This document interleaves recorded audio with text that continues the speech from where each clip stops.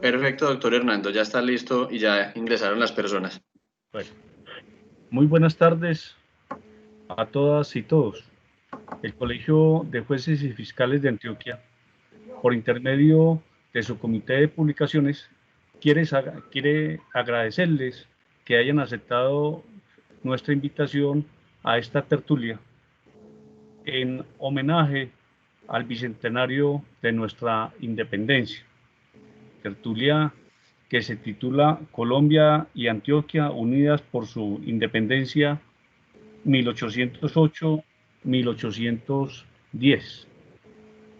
Quiero agradecerle al doctor Rafael Iván Toro Gutiérrez por haber aceptado nuestra invitación y a todos ustedes, y esperamos que sea de mucho agrado esta tertulia.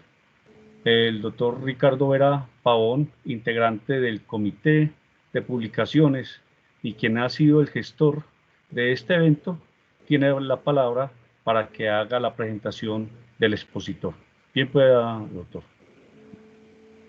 Muchas gracias, doctor Hernando Bustamante Triviño, coordinador del Comité de Publicaciones. Un saludo muy especial al doctor Rubén Darío Madrid Arbeláez, presidente del Colegio de Jueces y Fiscales de Antioquia, lo mismo que a todos los afiliados, a los amigos que nos visitan hoy en esta conferencia, tanto de los centros de historia de Antioquia, de la Academia Antioqueña de Historia y los invitados de todas las instituciones.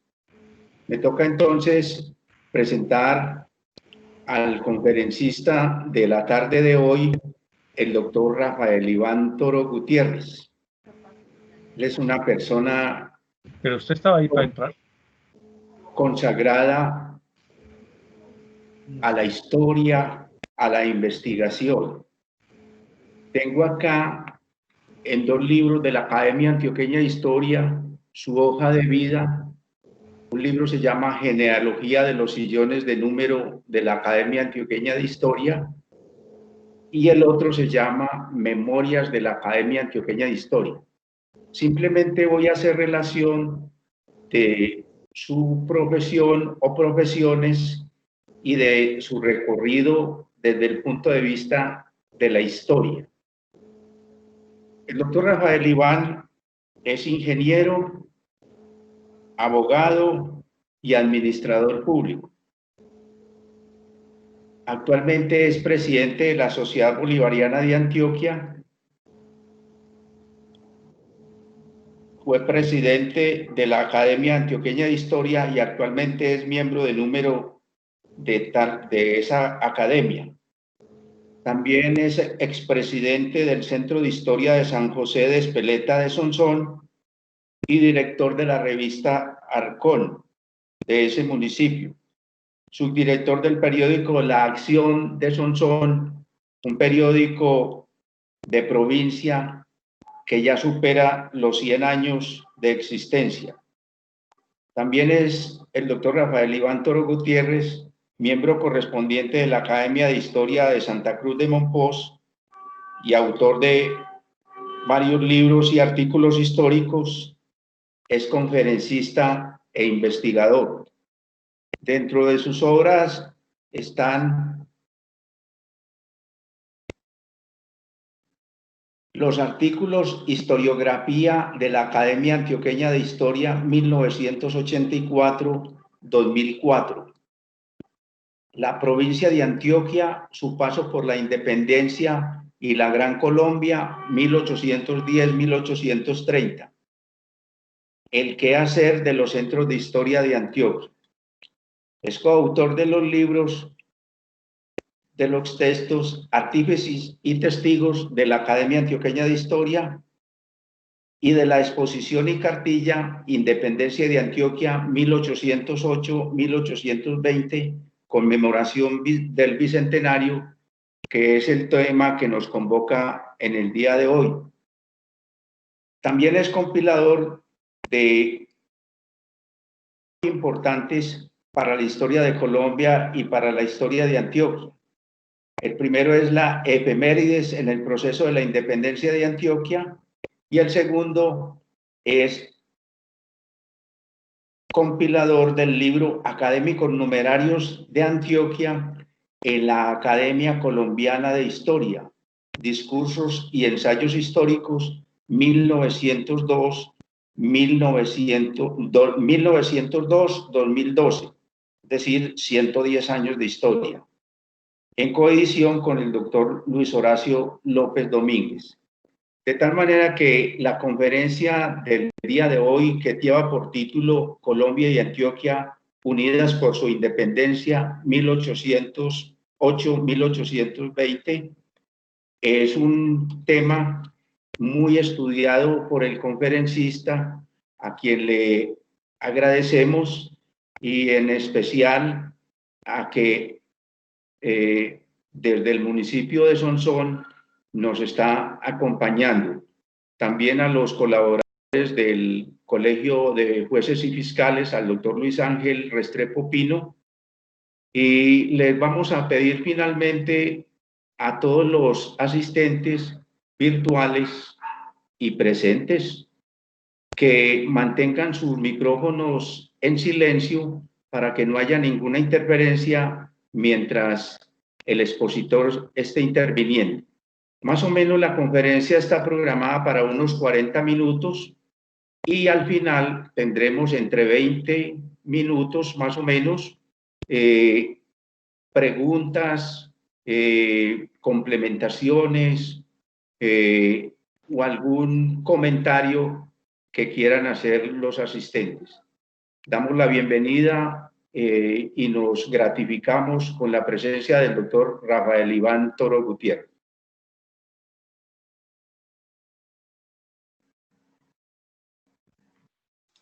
Doctor Ricardo, muchísimas gracias por sus palabras. Un saludo muy especial para el doctor Madrid, para el doctor Bustamante, para el doctor Restrepo y para todas las personas, no solo del Colegio de Abogados y Fiscales, sino de todo el país que están con nosotros esta tarde. Muy honrado de esta invitación. Me encanta poder atenderla y de verdad que me alegra mucho que haya entre este grupo tan selecto de intelectuales un interés por la historia y más por la historia nuestra, porque tal vez hemos sido muy repetitivos con la historia patria y a raíz de estos bicentenarios pues se ha recalcado mucho a nivel nacional. Pero vemos qué pasaba en nuestro departamento en esa época en que precisamente se tenía la independencia de Santa Fe. Entonces, básicamente, sin más, vamos a entrar en esa materia. Yo voy a pasar una presentación en diapositivas y, como decía el doctor Ricardo, al final pues habrá un espacio para comentarios, discusiones, etcétera. Entonces, con la venia de ustedes, vamos a la presentación.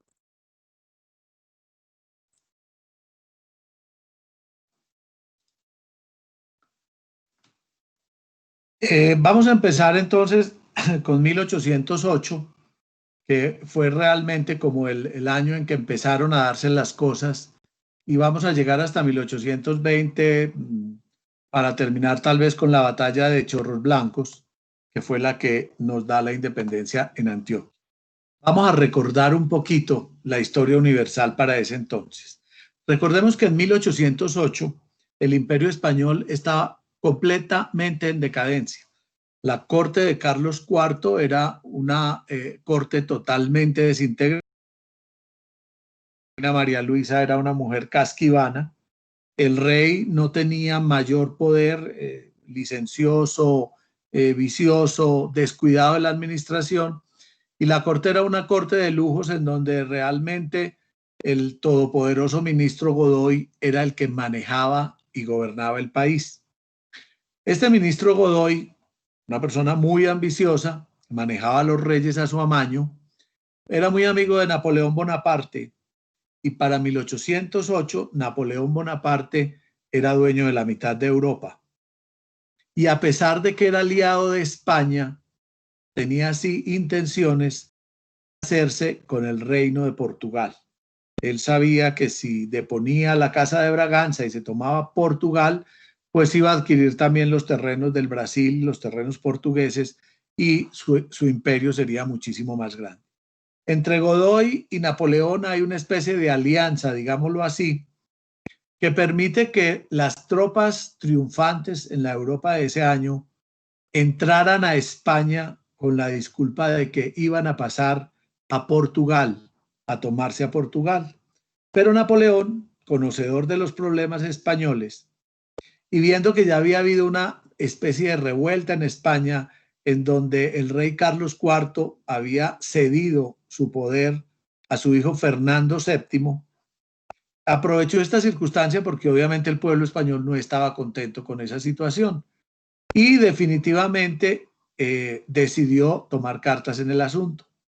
Entonces recogió básicamente el trono de España y hizo que devolviera el rey Fernando VII a su padre el trono y se lo pasó a su hermano José Bonaparte. Doctor Rafael, perdón, Señor. no estamos viendo las diapositivas en este momento. Pues a ver, yo tengo en un segundo.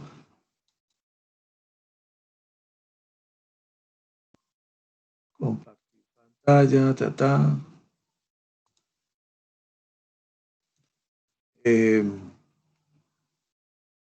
nada, ¿no se ven?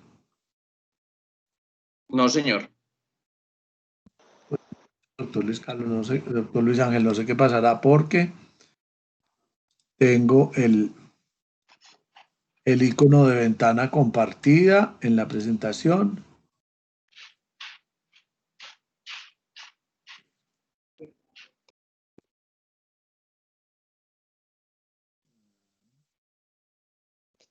Ahora sí, doctor. Ahora sí. Bueno, perfecto. Entonces, acá tenemos la diapositiva de lo que era pues Napoleón Bonaparte, José Bonaparte, que entonces se tomó el poder por gracia de su hermano, la corte de Carlos IV, y todo esto sucedía en 1808. Obviamente el pueblo español se rebeló contra José Bonaparte, no tenían por qué aceptarlo como rey, y ese sentimiento dio pie a que se formaran las Cortes de Cádiz, las de Sevilla, y se hablara de apoyar al rey, pero no recibir a José Bonaparte, y esto llegó a América y más exactamente a la Nueva Granada. Al llegar a la Nueva Granada, los criollos ilustrados de entonces decidieron apoyar esas cortes españolas y decir que definitivamente no querían a Napoleón Bonaparte ni a José Bonaparte como emperadores de España y sus colonias. Habían argumentos políticos, religiosos, militares, de todo tipo. Entonces, estos señores resolvieron que había que hacer algo, ¿sí? Que había que solucionar esa situación. Se reunieron, todos hemos oído la historia del Cabildo Abierto del 20 de julio de 1810 y hicieron nuestra primera acta de independencia, en donde realmente no se hablaba de independencia absoluta. Recordemos que en esa acta se decía claramente que se juraba lealtad a Fernando VII y hasta se propuso que se viniera a reinar a la Nueva Granada. Este cuadro, esa imagen que vemos ahí, me gusta a mí hacer este comentario y es una invitación a todas las personas que tienen algún interés por la historia a que aprendamos a mirar la historia a través del arte. Este cuadro es una obra de un pintor bogotano muy interesante que se llamó Coriolano Leudo. Él tiene pues varios cuadros muy representativos. El cuadro que preside el Consejo de Bogotá, que es este precisamente. Compañero de este fue un cuadro que fue La prisión de los virreyes, un cuadro que fue destruido en el 9 de abril de 1940. Pero entonces, si miramos este cuadro, podemos sacar como una idea de lo que pasó ese 20 de julio. Vemos que hay una lámpara encendida, la parte de arriba, lo que quiere decir que el acta de independencia se fundó a mediodía por la tarde. Vemos por la ventana las torres de la Catedral Primada de Bogotá, Entonces, lo que nos indica que se firmó en el Palacio Liébano, en el costado sur de la Plaza de Bolívar, suroccidental. Vemos las personas, Antonio Villavicencio, Camilo Torres, José Miguel Pey, el escudo del águila de España. Entonces, es muy importante cuando vamos a los museos, cuando miremos los libros de historia, tratar de entender la historia desde el arte y captar todos estos detalles. Los colombianos, pues los santafereños, entonces hicieron su acta de independencia y obviamente esos datos llegaron a nosotros. Para el 20 de agosto de 1810 se supo en Antioquia qué había pasado en Bogotá. Y obviamente los antioqueños que habían vivido en Bogotá, que tenían contacto con Bogotá, se pusieron al pie de esto. Pero antes de ver cómo se movieron esos antioqueños, devolvámonos un poquito a ver qué era Antioquia en 1810, qué era nuestro departamento, que obviamente no tenía este mapa que ustedes están viendo. Era la provincia de Entre los Dos Ríos, que estaba entre el Cauca y el Magdalena, y había tenido un proceso fundacional como se ve en la lista. Se había fundado en 1510 San Sebastián de Urabá y ese mismo año Santa María la Antigua del Darién en el Golfo de Urabá. Hoy Necoclí reclama esa primera fundación. Luego había subido desde Quito y había fundado en 1541 la ciudad de Antioquia y en 1546 la ciudad de Santa Fe, que eran dos ciudades distintas. Más adelante se unieron con lo que es hoy Santa Fe de Antioquia, aunque nunca en el sitio donde está hoy. Santa Fe de Antioquia recorrió muchos lugares. En 1548 se fundó Caramanta, luego Remedios, San Juan de Rodas, Valdivia y Dabeiba, Cáceres y Zaragoza. Mire que estamos en 1594, o sea, estamos todavía en el siglo XVI. Es muy importante saber que en el siglo XVI no existía más Antioquia que esta y que las grandes ciudades eran Zaragoza, Remedios y Cáceres. Tenían títulos, tenían escudo de armas y producían el oro que tanto le interesaba a España. Vamos a ver cómo más adelante estas ciudades desaparecen casi totalmente y para la época de la independencia ya su papel es mínimo. En el mapa se pueden ver básicamente lo que fueron las rutas colonizadoras y dónde más o menos están ubicadas esas ciudades. De todas maneras, la presentación pues la tiene el doctor Luis Carlos. A cualquiera de los interesados se la podemos hacer llegar. Antioquia entonces pasa pues ya ese siglo XVI, llega al siglo XVII, XVIII, y según la descripción de los historiadores y los cronistas de la época, era tal vez la provincia más poblada del reino, aunque era la que tenía la mayor producción de oro. Antioquia era una provincia totalmente aislada, no existían caminos, las rutas de transporte eran por los ríos, la salida al río Magdalena era pues la única que había para ir a Santa Fe de Bogotá o para ir a Cartagena y Santa Marta y Monpós, que eran los sitios donde debían ir los antioqueños. Había un camino que era el camino de Nare, que llevaba pues a los antioqueños por Río Negro, salir por el santuario, bajar al río Cauca, embarcarse en el Cauca para llegar hasta el Magdalena. Para 1776, entre 1776 y 1782, en Antioquia estuvieron dos personajes muy importantes, que fueron don Francisco Silvestre y don Juan Antonio Moni Velarde.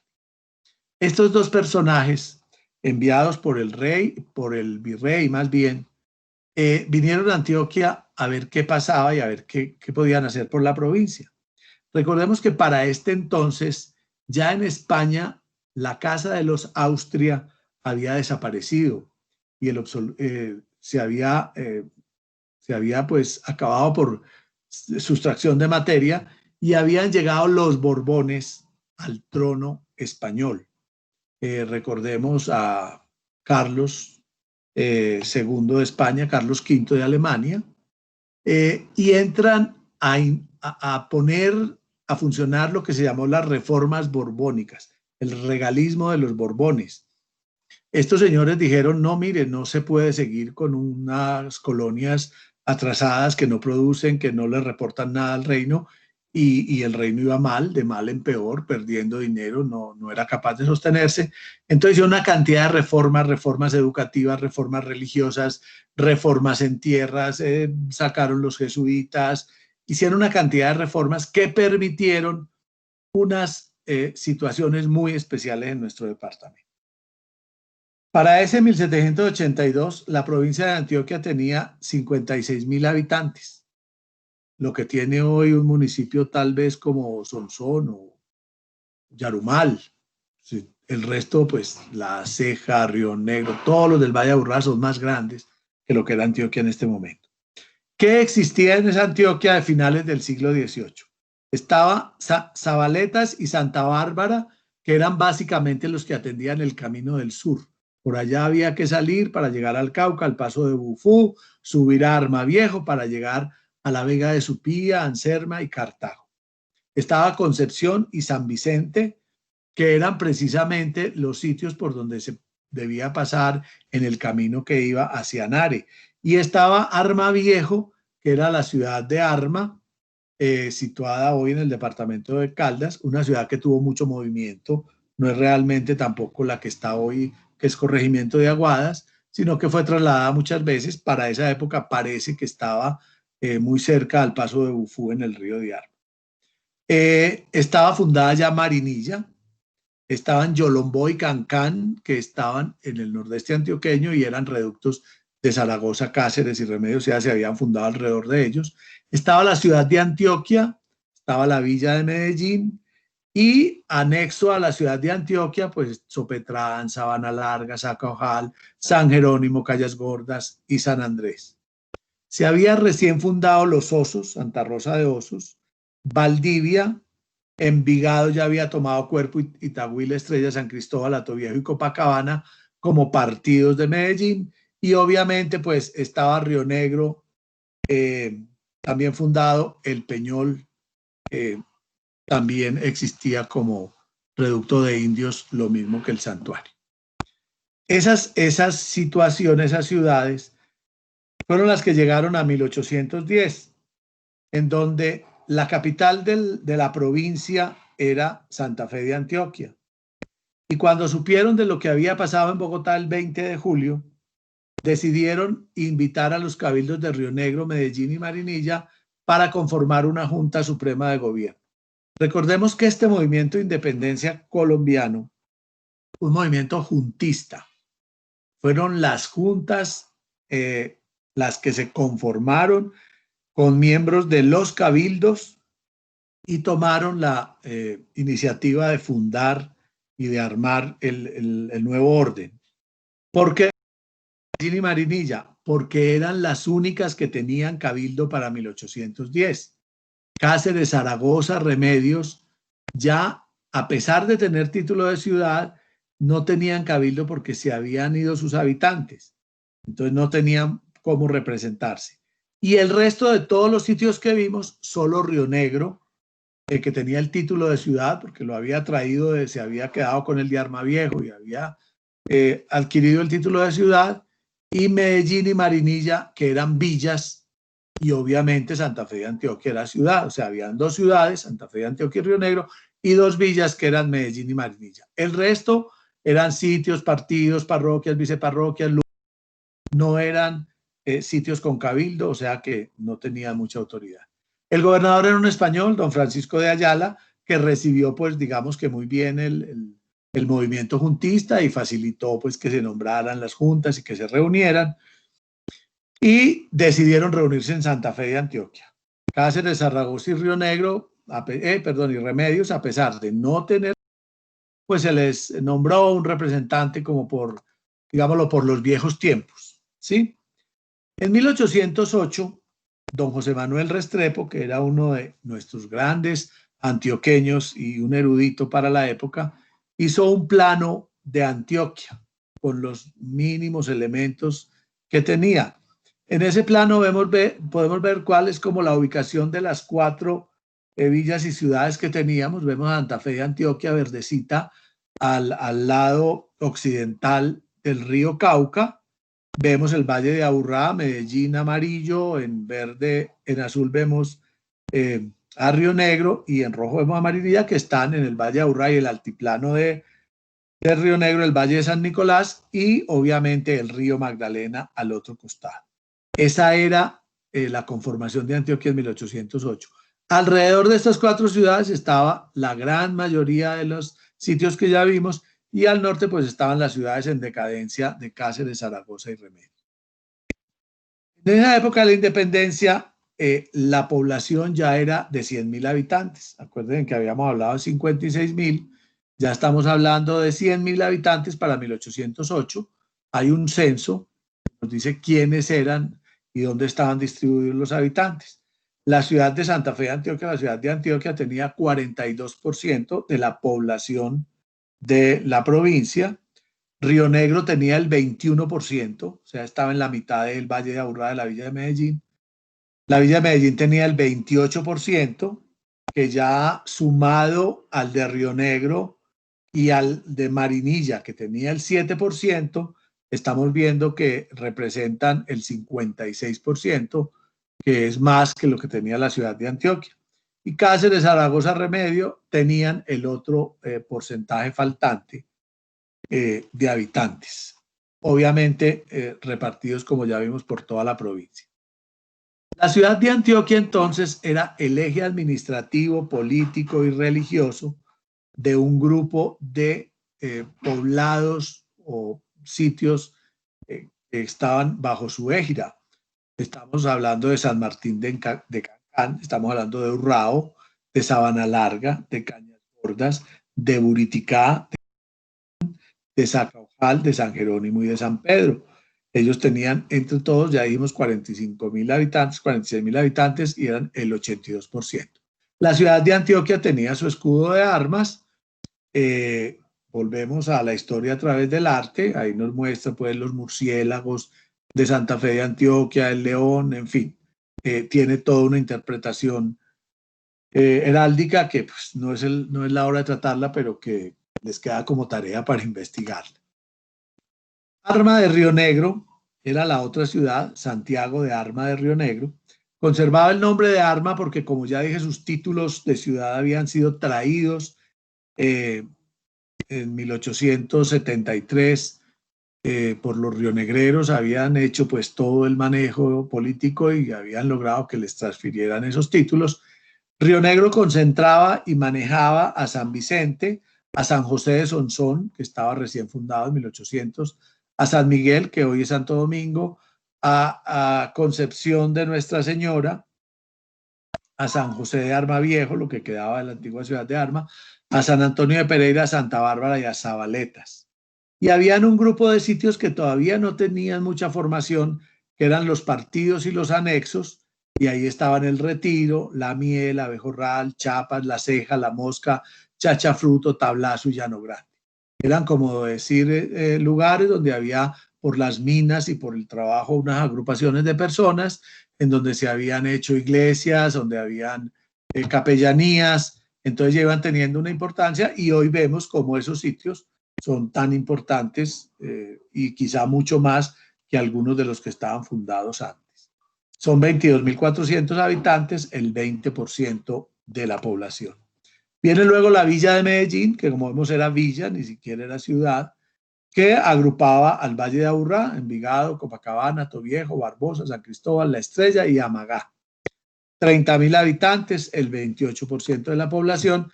Y finalmente la Villa de San José de Marinilla, que era pequeñita relativamente comparado con las otras, miren que solo tiene 7.000 habitantes, 20%, y manejaba a Santuario de Nuestra Señora de Chiquinquirá, a Nuestra Señora del Carmen, Carmen de Viboral, a Pozo, que hoy es Guatapé, San Carlos del Priego, San Antonio del Peñol, Cocorná y San Juan Nepomuceno de Canoas, que hoy es el corregimiento del Jordán.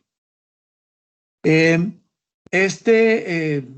escudo pues, nos muestra el indio y el conquistador entrelazando los brazos. Dijo el general José María Córdoba en su momento Marinilla es el pueblo que mayores servicios ha hecho a la República.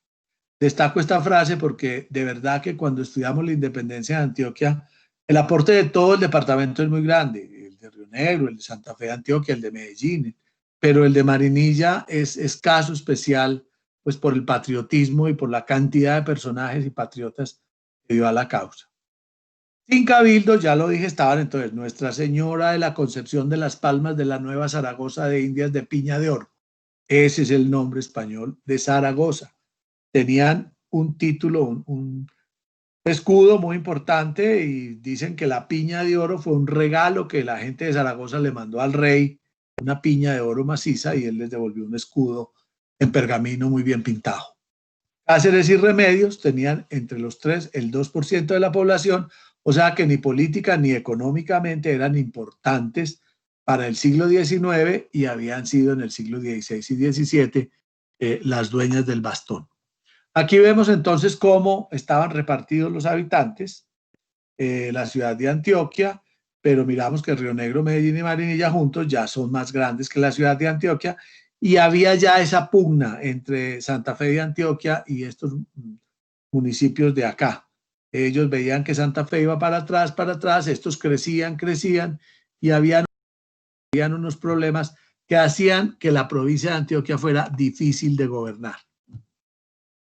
A raíz entonces de los acontecimientos en Santa Fe de Bogotá, del 20 de julio de 1810, Antioquia conforma una Junta Suprema de Gobierno con representantes de los cabildos que ya vimos. El doctor José Miguel de la Calle, el doctor Juan Nicolás de Hoyos por Marinilla, el doctor José Manuel Restrepo de Medellín, entre otros, y el doctor, don Juan del Corral Momposino de Santa Fe de Antioquia.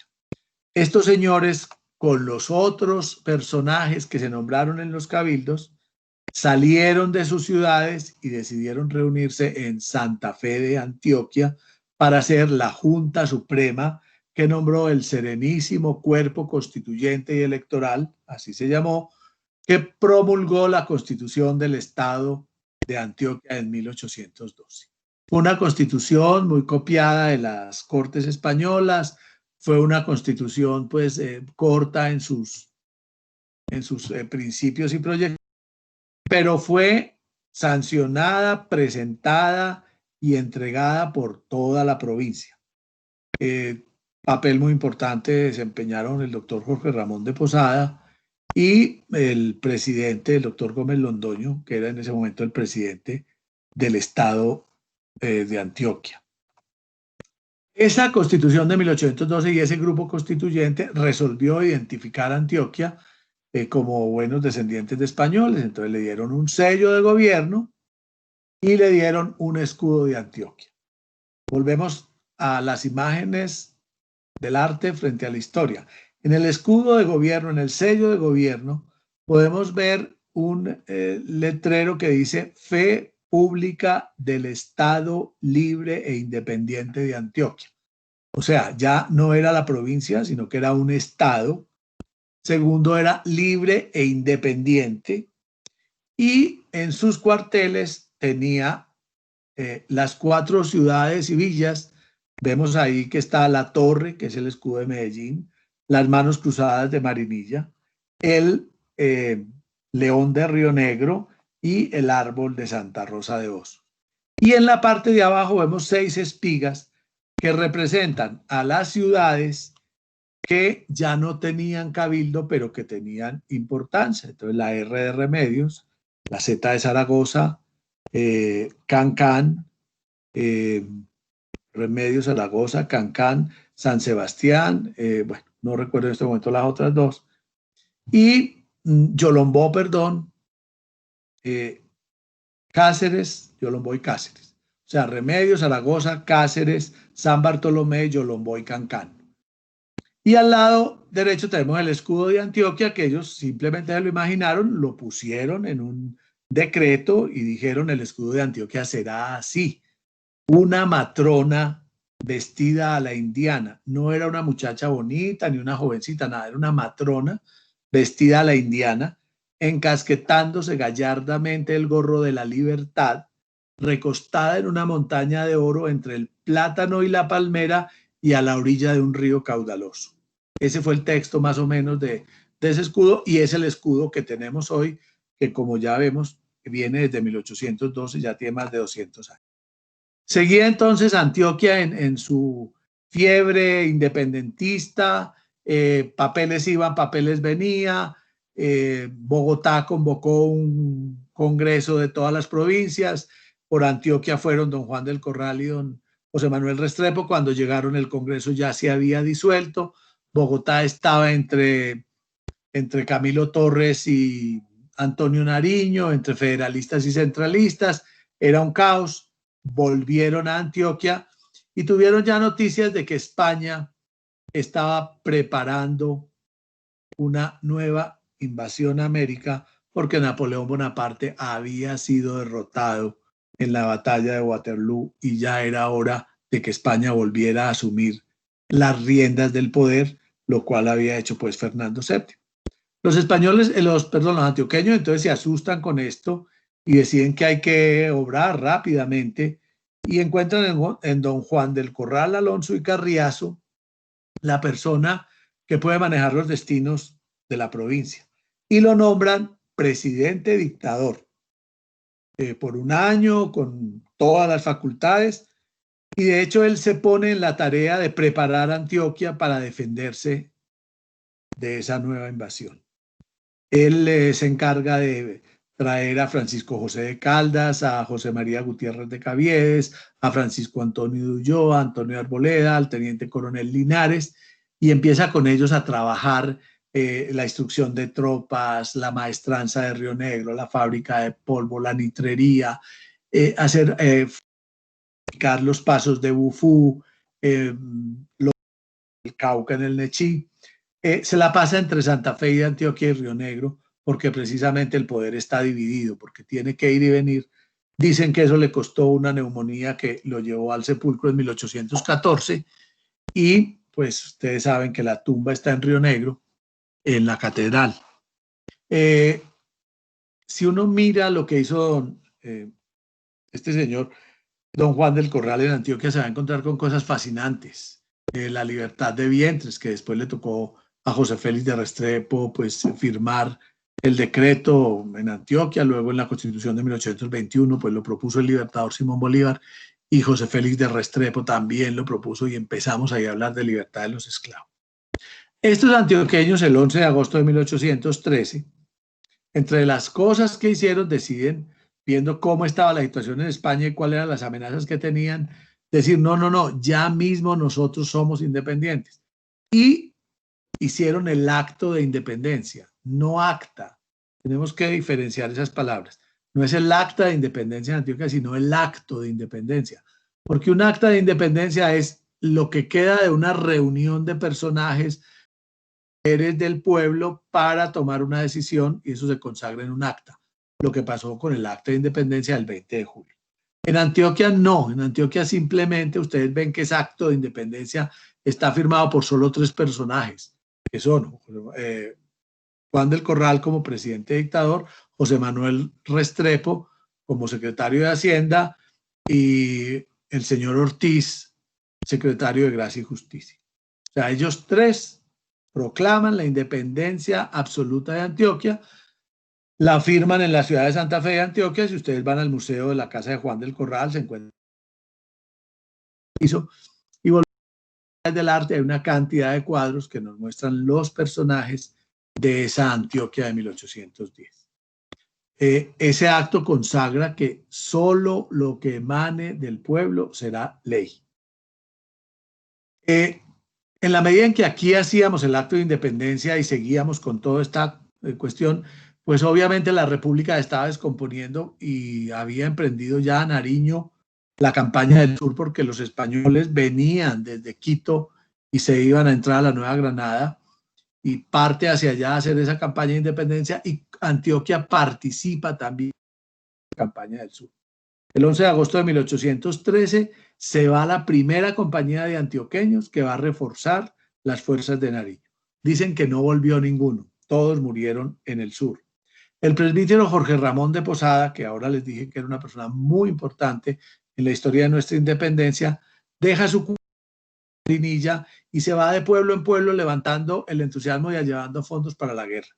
El doctor Jorge Ramón de Posada era una persona muy rica y dedicó su fortuna, sus esclavos y su trabajo a la causa de la independencia de Antioquia.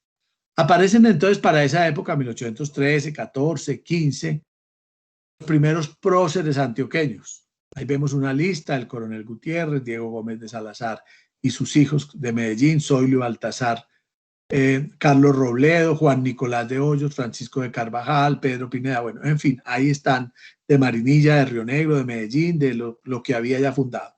En 1812, con don José de Urrea, salió otro contingente.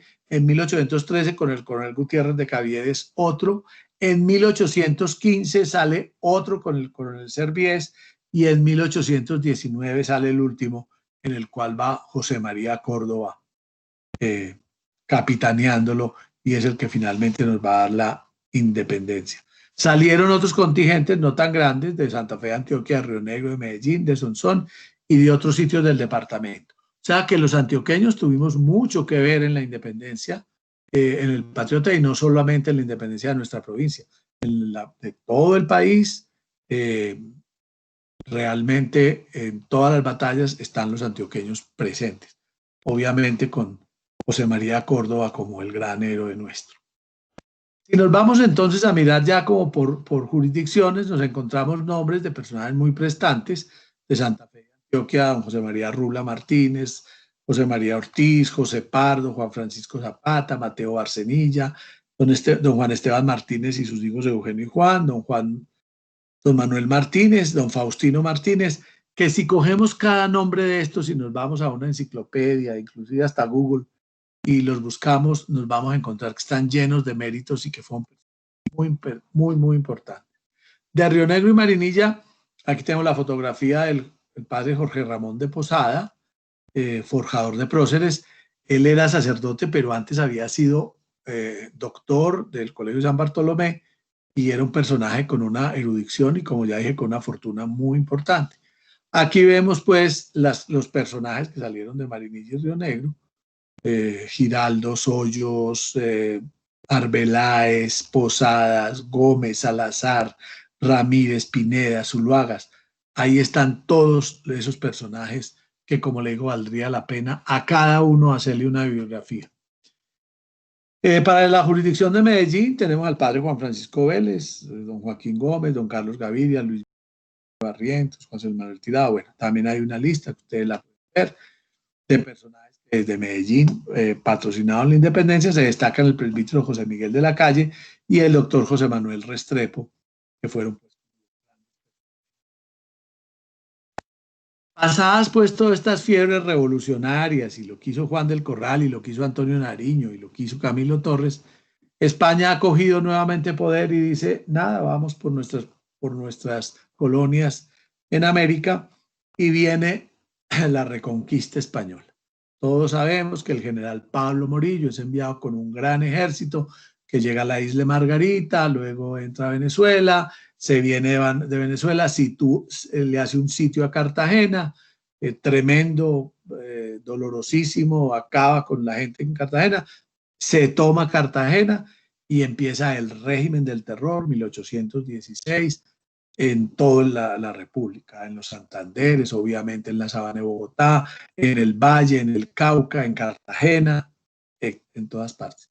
Antioquia pues no se puede quedar atrás de la reconquista, y el señor Pablo Morillo manda a Francisco Barleta a Medellín para hacer la reconquista y para organizar esto aquí. Teníamos al doctor Vicente Sánchez, gobernador, y Barleta llega a Medellín, y los pequeños han oído. Sáenz, y el sabio Carlos, el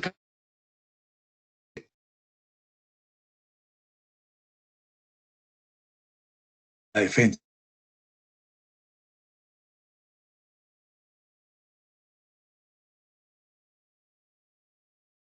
en huida, que no, que se devuelvan, que él no los va a matar, que él no les va a hacer nada, les va a cobrar unas multas. De hecho, se vienen y en Antioquia no hay régimen del terror.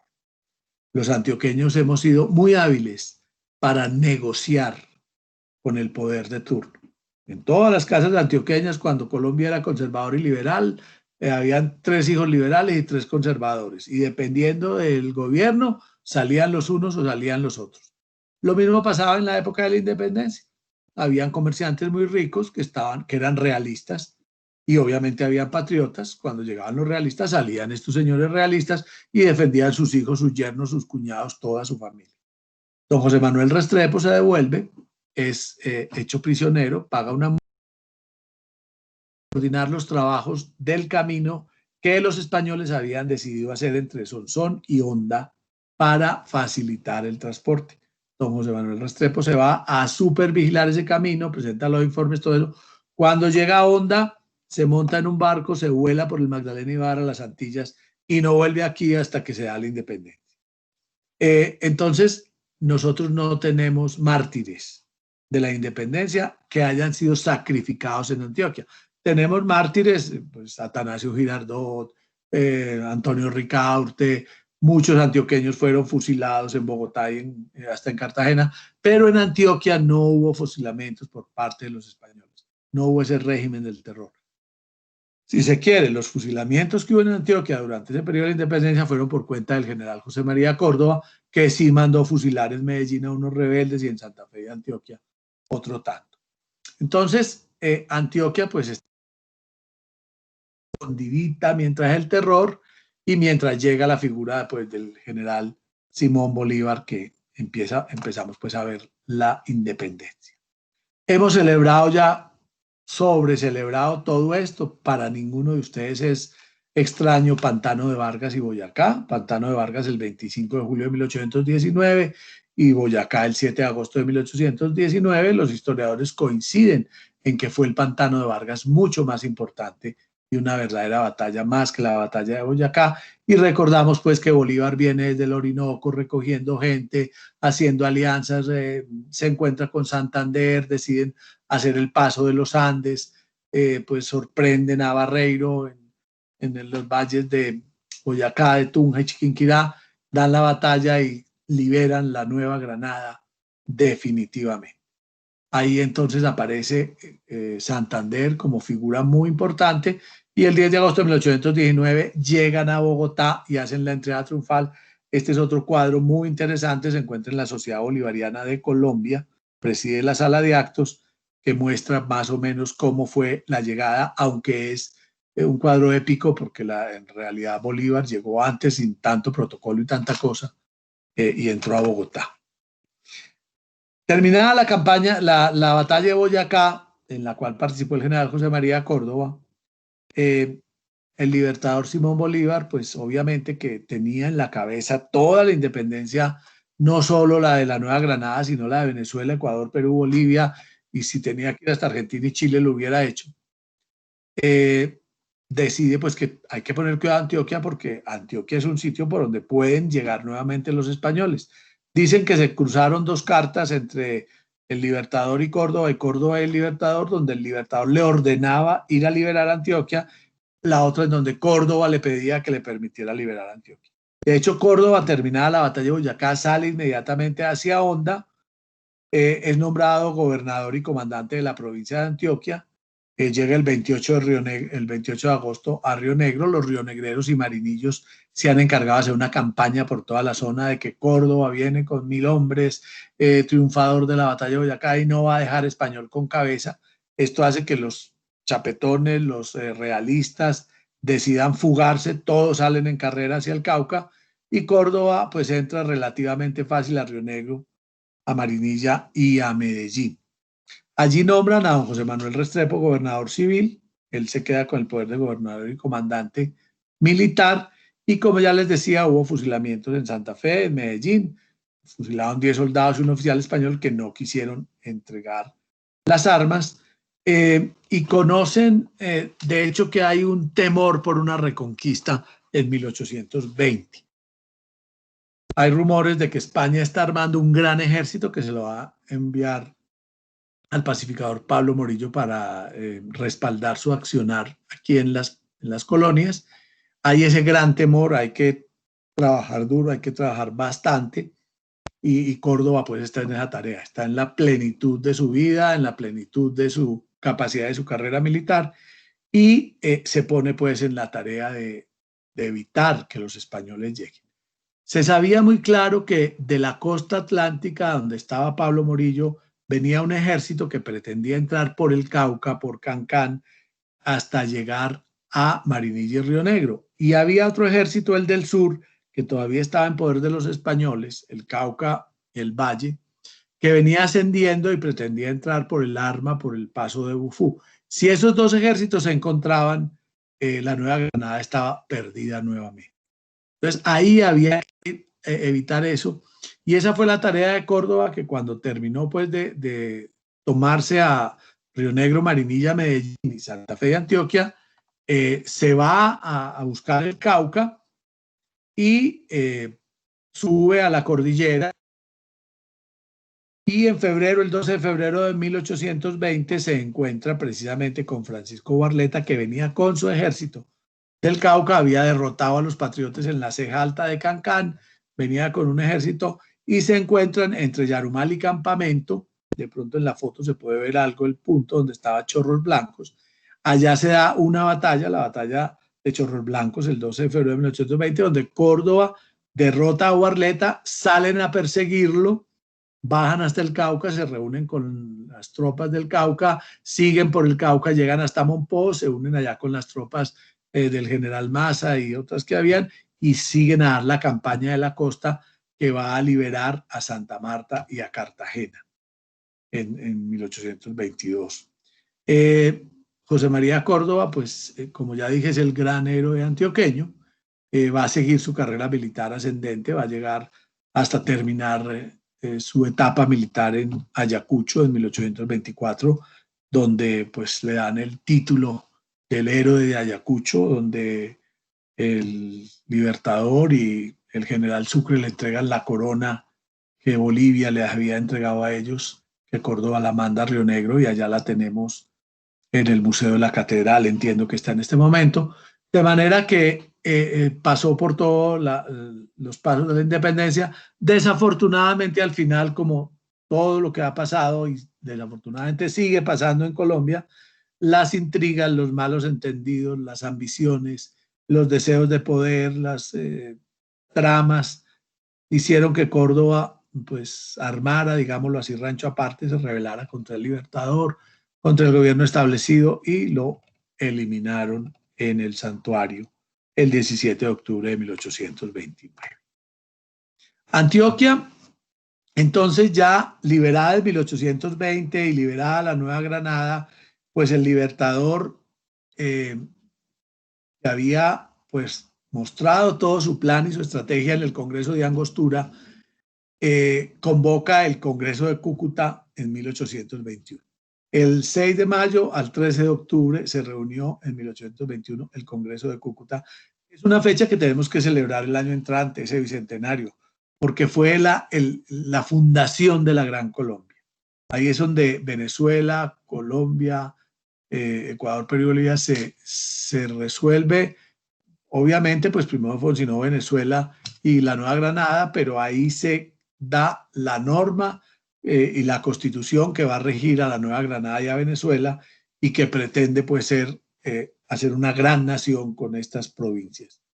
Se reunió en Villa del Rosario de Cúcuta, fueron presidentes Francisco Antonio Sea y José Félix de Restrepo, un ilustrísimo y patriota antioqueño que tiene para sí el mérito de haber sido el forjador de la intelectualidad antioqueña en el seminario de Popayán. Era profesor, era una eminencia, y la mayoría de los antioqueños intelectuales de la época fueron formados por José Félix de Restrepo. No podemos dejar atrás a las mujeres de Antioquia, ni a las de Colombia, obviamente. La mujer tuvo un papel fundamental, total en la independencia. Yo las he como clasificado en 3 nombres para facilitar como el entendimiento, que son las Juanas, las Franciscas y las Manuelas. Las Juanas eran aquellas mujeres que acompañaban la tropa, eran las que iban detrás de los soldados, las que cosían, las que remendaban, las que cocinaban, las que hacían de enfermeras, las que tenían los hijos de los soldados, muchos iban con sus parejas. Eran las mujeres heroicas, las que pasaban el páramo de Pisba. Era el apoyo femenino a las tropas. Las franciscas eran esas otras señoras, digámoslo así, de alto nivel, como doña Pascuala Muñoz de Córdoba, doña Josefa Díaz de Girardot, que eran mujeres de sociedad que reunían en sus casas tertulias y clubes literarios, pero hacían política, que bordaban y tejían uniformes, que entre ellas pasaban información, eran espías completamente a los patriotas, todo este cuento, y eran mujeres que entregaron sus hijos a la causa de la independencia. Y las Manuelas, bueno, entre esas franciscas, obviamente, doña Simona Duque de Alzate es una de las más importantes, entregó todos sus hijos al general José María Córdoba, hijos de Marinilla, y pues no quiso ni siquiera recibir una pensión de la patria cuando sus hijos fallecieron. Y las Manuelas eran aquellas mujeres que actuaban y se presentaban ante el pueblo. Manuela Beltrán, Policarpa Salabarrieta, Manuela Sáenz, Rosalía de Hoyos, María de la Luz Sosa, Margarita Urrea, fueron mujeres, como se dice, de armas tomar. Entonces, ese papel de la mujer en Antioquia, lo mismo que en el resto del país, pues ustedes saben de una Mercedes Abrego, de una Antonia Santos, de todas las ideas, pero pues la idea es como concentrarnos en las nuestras. Vale la pena mirar entonces cómo era la vida cotidiana de ese entonces. Antioquia era una provincia pues que ya tenía algunos caminos. La vida cotidiana era muy simple. Había unas festividades religiosas, ustedes conocen el calendario eclesiástico, pues hay una o dos fiestas religiosas, estas eran las fiestas antioqueñas. Habían regocijos especiales cuando los reyes, los príncipes, los virreyes, llegaba un virrey nuevo, cuando llegaban los piratas, en fin, había movimiento. Y había un acto muy importante que se hacía cada año, que era la Jura de los Reyes. La Jura de los Reyes consistía en que una fecha del año se programaba una ceremonia muy protocolaria y elegante y todos los ciudadanos tenían que salir a la iglesia, a la catedral, a jurar lealtad a nuestro muy amado Fernando VII o a nuestro muy amado Carlos IV, en fin, al rey de turno. Eso era pues fecha de celebraciones y de mucha cosa. Habían sainetes que se hacían en las casas, en algunos sitios, habían bailes sociales que algunas familias patrocinaban. Las vestiduras eran sencillas, la gente trabajadora, la clase obrera, campesina, pues se vestía con lo que llamaban tejidos del reino, que eran los textiles del Socorro y de Santa Fe. Las clases más adineradas pues usaban ropa europea, sombreros de copa, los paraguas, pero era muy monótono, pura, muy de fondo entero, no había pues grandes modas. Estamos hablando de 1810, ya luego vendría pues toda la moda de París y demás. Todo era muy rudimentario, las casas todo era manual, todo se producía en el territorio, no habían cosas raras, esa gente nunca creo yo que hayan comido arenques o productos pues la colchina o en fin, no los tenía. El comercio, como ya sabemos, la orden de España era que solamente se hacía con la península y las personas se reunían a jugar cartas, el tresillo, el tute, el dado, en eso se entretenían pues los mayores. Los menores no tenían ni el celular, ni el Nintendo, ni el computador, ni la televisión, ni nada, entonces simplemente salían a las calles a jugar el trompo, el valero, las canicas, y tenían un jueguito muy interesante, que aquí está ilustrado, que era el juego de la pisingaña. No sé si alguno de ustedes lo conoció o no lo recuerdan. Básicamente los niños ponían las manos sobre la tierra y empezaba a pellizcar el dorso de la mano de cada una diciendo pijiriña, pijiraña, jugaremos a la araña, con cuál mano, con la cortada, quién la cortó, el hacha, dónde está el hacha cortando la leña, dónde está la leña calentando la agüita, dónde está la agüita, la vio la gallinita, dónde está la gallinita poniendo el huevito, dónde está el huevito, se lo comió el padrecito, dónde está el padrecito detrás de las puertas del cielo diciendo, tilín, tilín, San Agustín, corre niño, que te pica ese pollo, pelón, peletas. Al que le quedaba el peletas tenía que sacar la mano y le decían, saque su mocho.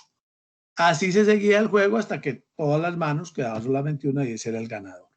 Entonces, ese juego lo podemos aplicar ahora a partir de la pandemia y de lo encerrados que estamos. Este es como el resumen, es como lo que nos da el tiempo. Ahí les dejo una bibliografía. Con esto terminamos y esperamos pues que queden muchas inquietudes, muchas ganas de investigación y pues muy atentos a sus comentarios. Muchas gracias.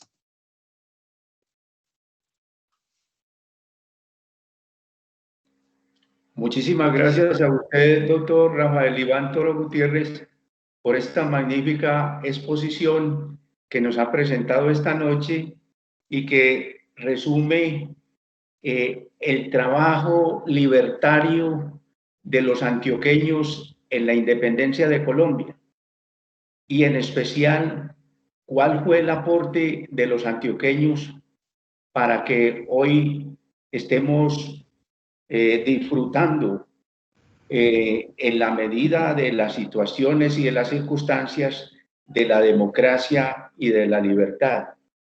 Decía el doctor Rafael Iván que queda a disposición en el Colegio de Jueces y Fiscales de Antioquia la presentación de la conferencia, para lo cual ustedes se pueden comunicar, los que estén interesados, con el doctor Luis Ángel Restrepo.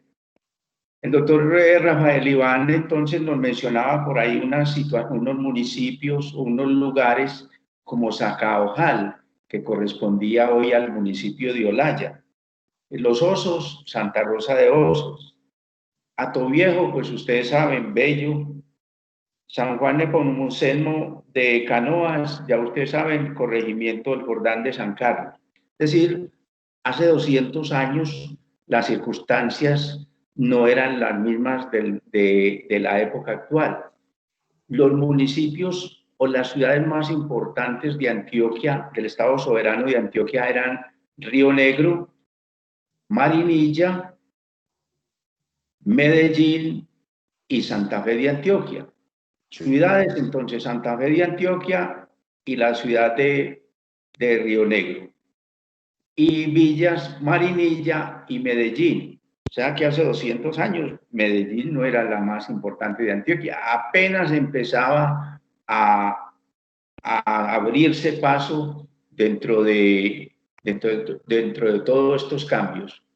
Y ya lo decía el doctor Rafael,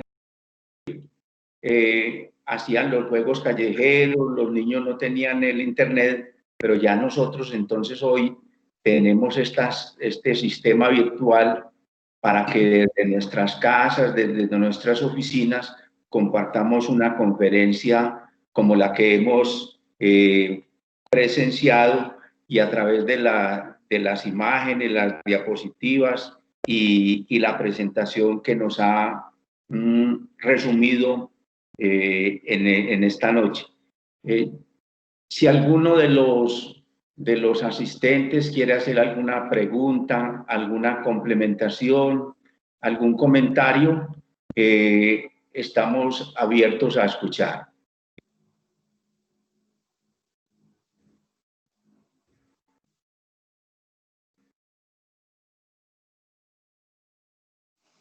Mientras alguien se decide y con la ayuda del doctor Luis Ángel, pues entonces nos quedó muy claro que acta de independencia, acta, es simplemente lo que queda de una reunión, o sea, un resumen, algo formal. En cambio, el acto de independencia es una proclamación de independencia.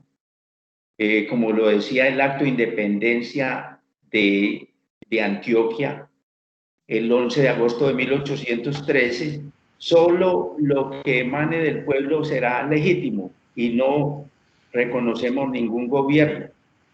o sea, la legitimidad la daba el propio pueblo, o sea, un acto de soberanía. Quisiera resaltar la labor que hicieron envigadeños tan importantes y tan intelectuales como don José Miguel de la Calle y directamente el doctor José Manuel Restrepo Vélez, nacido en Envigado, también el doctor José Félix de Restrepo Vélez, también otro envigadeño y considerado uno de los sabios de Envigado. El presbítero Jorge Ramón de Posada, el cura de Marinilla, destinó toda su riqueza, todos sus bienes.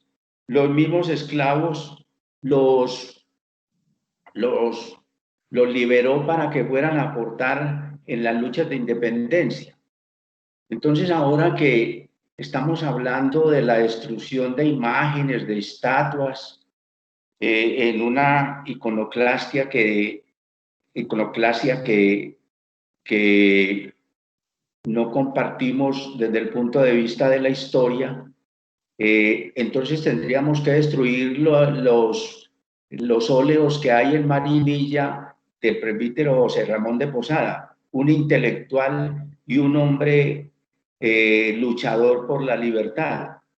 No, es que en ese momento había esclavos y entonces simplemente esa era una mano de obra, era un bien de riqueza que tenía el esclavista, pero no por eso dejó de ser un abanderado del comercio, un abanderado del progreso y sobre todo de la lucha por la independencia del Imperio Español. Ahora sí, entonces, quisiéramos que alguien nos hiciera algún aporte mientras le vamos dando los agradecimientos al doctor Rafael Iván. Bien puedan hacer uso de la palabra.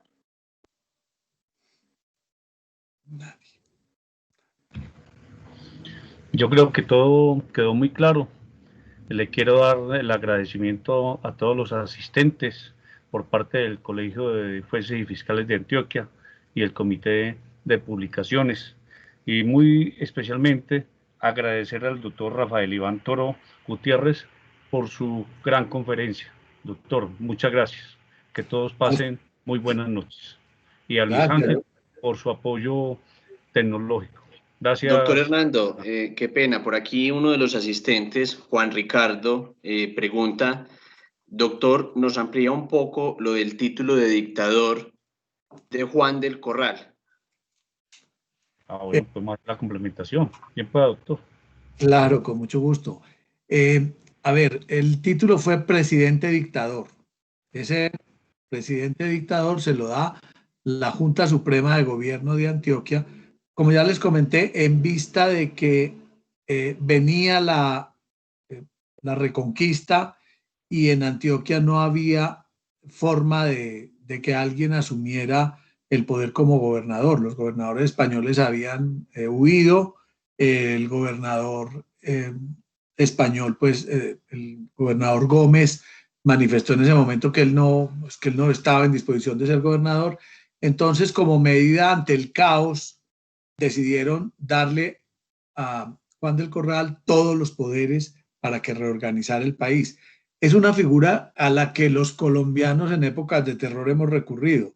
Recordemos que después de la conspiración de septiembre en 1828 contra el libertador Simón Bolívar, que se dio pues ese movimiento, la solución para reunificar el país, porque estaba igual Páez en Venezuela tratando de disolver la relación con la Nueva Granada, y en el Ecuador había también invasiones.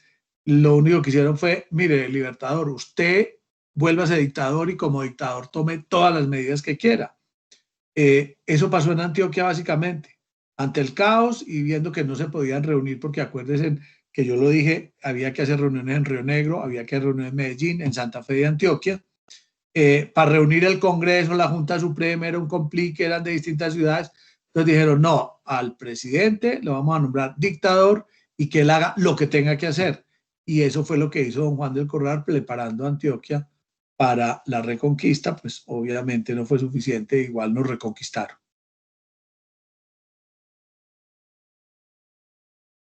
Quisiera complementar, doctor Rafael, dentro del aspecto general de su conferencia, y eso es muy importante que lo sepan los asistentes, de que los historiadores le dan una mayor trascendencia por las repercusiones que tuvo a la batalla del Pantano de Vargas, el 25 de julio de 1819.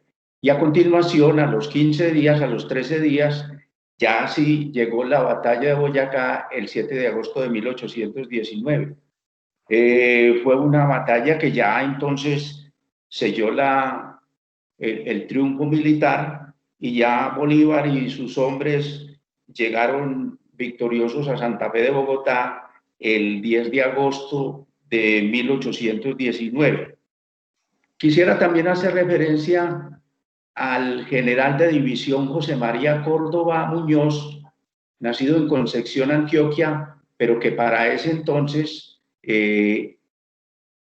correspondía o pertenecía al municipio, a la ciudad de Río Negro. Él es el héroe de Ayacucho, donde se selló en forma definitiva la independencia de todos los países de América, los de acá de la parte norte, es decir, los que conformaban la Gran Colombia. Y quiero decirle que ya la corona que le dieron el general Bolívar y el mariscal Antonio José de Sucre en el mismo campo de batalla, la corona de oro y el ascenso a general de división, esa corona ya no está en el Museo de la Catedral de Río Negro, sino que la tienen en este momento en el Museo de Río Negro. El responsable de su cuidado y de su mantenimiento es el municipio de Río Negro.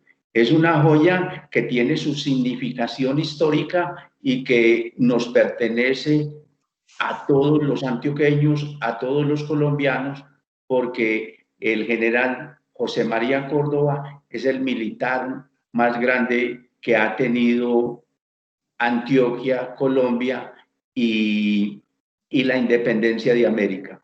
Entonces, nuevamente le reiteramos los agradecimientos al doctor Rafael Iván Toro Gutiérrez, académico, miembro de número de la Academia Antioqueña de Historia, y es una persona muy versada. Yo creo que es momento también de decirles a los que estén interesados que tenemos entonces no solamente las puertas abiertas del Colegio de Jueces y Fiscales de Antioquia en sus 30 años de fundación, sino que también tenemos las puertas abiertas de la Academia Antioqueña de Historia, que el próximo 3 de diciembre cumple 117 años de fundación.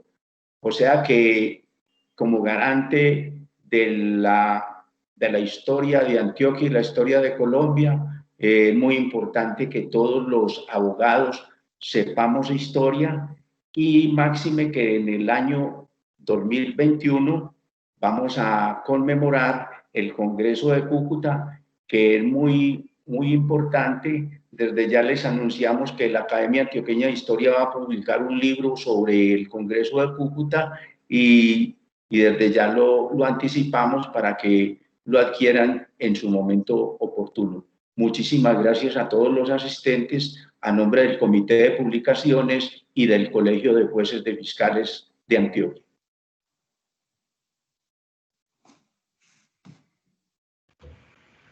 Muchas gracias al doctor Rafael Iván, nuevamente muchas gracias, a Ricardo por su gestión para llevar adelante este evento, que quedamos muy agradecidos. Que tengan muy buenas noches.